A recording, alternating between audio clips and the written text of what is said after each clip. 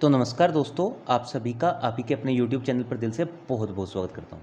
तो दोस्तों, इस वीडियो में हम डिस्कस करेंगे इस वीक की जितनी भी बैंकिंग सेक्टर की न्यूज़ है। तो सबसे पहले न्यूज़ है दोस्तों, 8 banks to go live on account aggregator ecosystem. तो यहाँ पे अकाउंट एग्रीगेटर इकोसिस्टम क्या होता है वो मैं आपको आगे समझा देता हूँ। तो आप देख सकते हैं इसमें बेसिकली क्या होगा, 4 अकाउंट एग्रीगेटर्स हैं, 8 बैंक्स हैं एंड द गवर्नमेंट्स GSTN, जो goods and services tax network है GSTN, that will early words to join the account aggregator framework which launch on Thursday. तो अभी देखते हैं क्या है ये अकाउंट एग्रीगेटर फ्रेमवर्क। तो आप देख सकते हैं, it allows customer to avail various financial services from a host of service provider on a single portal. आप एक सिंगल पोर्टल के ऊपर डिफरेंट फाइनेंशियल सर्विसेज को ले सकते हैं। जैसे एक ही सिंगल पोर्टल है तो इस पर आप डिफरेंट फाइनेंशियल सर्विसेज को enjoy कर सकते हैं। The framework works on a consent architecture where the consumers can choose what financial data to be share and with whom। तो यहाँ पे जो कंज्यूमर्स हैं, जो कस्टमर्स हैं, उनके पास फ्रीडम होगी कि उनको किसके साथ कौन सा डाटा अपना शेयर करना है।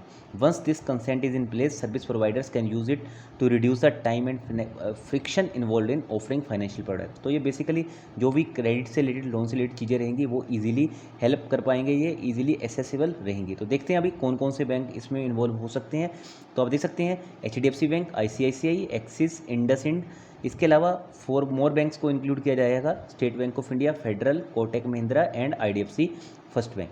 तो आप चाहें तो इन 8 बैंकों के ऊपर फोकस रख सकते हैं, पर इनमें से जो सबसे टॉप के बैंक जो मुझे लगते हैं, प्राइवेट सेक्टर की बात करूँ तो HDFC और ICICI, वहीं पब्लिक सेक्टर में SBI बैंक भी इसमें इंक्लूडेड है।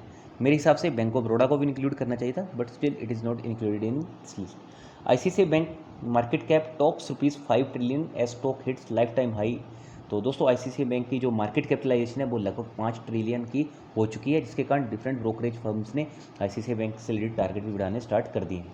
सो एक HDFC बैंक से काफ़ी पॉजिटिव न्यूज़ आ रही है। HDFC बैंक को डल टेक्नोलॉजी स्पेंड्स मैक्वायर कैपिटल। तो यहाँ पे HDFC बैंक के कारण हमने देखा था इनके टेक्नोलॉजी में काफ़ी सारे फ्लोज देखने के मिले थे, जिसके कारण इनका जो क्रेडिट कार्ड बिजनेस है उसके ऊपर भी RBI ने कुछ टाइम के लिए रोक लगा दी थी। तो आप देख सकते हैं HDFC bank is expected to more than double its technology spends as it improves digital capabilities in line with global peers. तो यहाँ पे अपना जो इनका डिजिटल टेक्नोलॉजी के ऊपर स्पेंडिंग है उसको ये 2 टाइम्स यहाँ पे बढ़ा सकते हैं। तो डेफिनेटली ये एक पॉजिटिव न्यूज़ रहेगी कस्टमर्स के लिए, क्योंकि जो भी इनके कंज्यूमर्स हैं, क्योंकि यहाँ पे इनका जो क्रेडिट कार्ड का बिजनेस था वो भी रुक गया था इसी कारण, और इवन इनके नेट बैंकिंग में भी काफ़ी फ्लोस देखने को मिले थे। तो ये डेफिनेटली HDFC बैंक यूज़र्स के लिए, कस्टमर्स के लिए एक पॉजिटिव न्यूज़ है।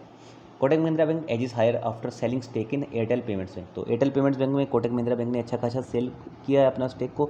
इसके बाद लगभग मैं बात करूँ तो 8.97% के आसपास स्टेक सेलिंग की है। तो एक पॉजिटिव न्यूज़ थी, जिसके कारण अभी इसके स्टॉक प्राइस में हमें उतना मूवमेंट देखने को नहीं मिला है। तो आने वाले टाइम में definitely we can expect something 1900 level in this stock also, but before any financial investment you can contact your financial advisor also. Next is Federal Bank launches credit card with Visa. तो Federal Bank will launch credit cards with Visa. तो इन्होंने यहाँ पे आप देख सकते हैं एक टाई अप कर लिया है। सो card issuance will be digital first through a 3-click instant credit card approach and the cards will be immediately available for use in bank's mobile app Fed mobile. Shyam Srinivasan MD and CEO Federal Bank said. तो ये कह सकते हैं एक अच्छा move है।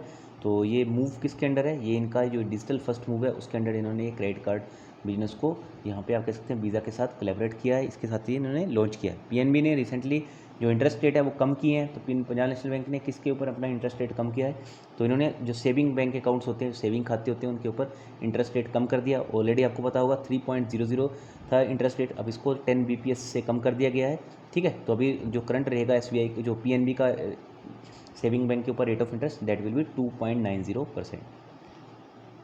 IDFC first bank addresses concern over Vodafone idea exposure in annual report. तो दोस्तों, आपको पता है IDFC फर्स्ट बैंक ने अच्छा खासा पैसा दिया हुआ। इसके अलावा बात करें येस बैंक की या फिर SBI की या फिर इंडसइंड बैंक की, तो इन 4-5 बैंकों को काफ़ी ज़्यादा लॉस हो सकता है, ये काफ़ी ज़्यादा गड्ढे में भी गिर सकते हैं अगर यहाँ पे वोडाफोन आइडिया डूबता है। तो इसलिए IDFC फर्स्ट बैंक ने जो इनकी एनुअल रिपोर्ट होती है उसमें जो इनका कर्जा है उससे रिलेटेड इन्होंने काफ़ी ज़्यादा कंसर्न भी दिखाया है। तो इसलिए बैंक अभी ज़्यादातर रिटेल लोन में ही ज़्यादा कूदने लगे हैं इंस्टेड ऑफ कॉर्पोरेट लोन, क्योंकि यहाँ पे क्या है, रिटेल लोन में क्या है, अगर एक ही लोन डूबता है सपोज करो 10 लाख का, तो बैंक को 10 लाख का ही नुकसान होगा। बट एक अगर कॉर्पोरेट डूबता है 100 करोड़ का, तो बैंक कितना ज़्यादा घाटे में चला जाता है, ये चीज़ आप यहाँ से देख सकते हो, डायरेक्टली कंक्लूड कर सकते हो।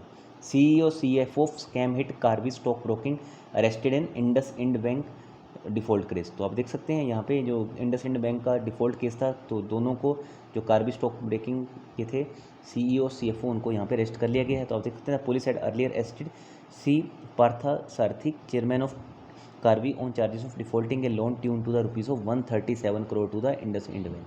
तो इंडसइंड बैंक का इनके पास लगभग 137 करोड़ का कर्जा था। नेक्स्ट न्यूज़ दोस्तों कुछ ब्रोकरेज फर्म से रिलेटेड हैं दोस्तों, खुद की नहीं है मेरी।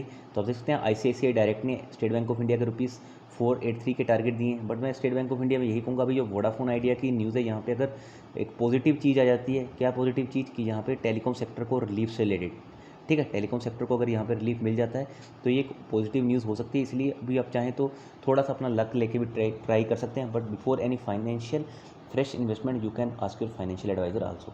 Bye ICICI bank target price ₹810। तो एक्सिस सिक्योरिटीज़ के टारगेट है, ये खुद के टारगेट नहीं है मेरे। ICICI बैंक को भी अच्छे खासे इन्होंने 810 के टारगेट दिए हैं।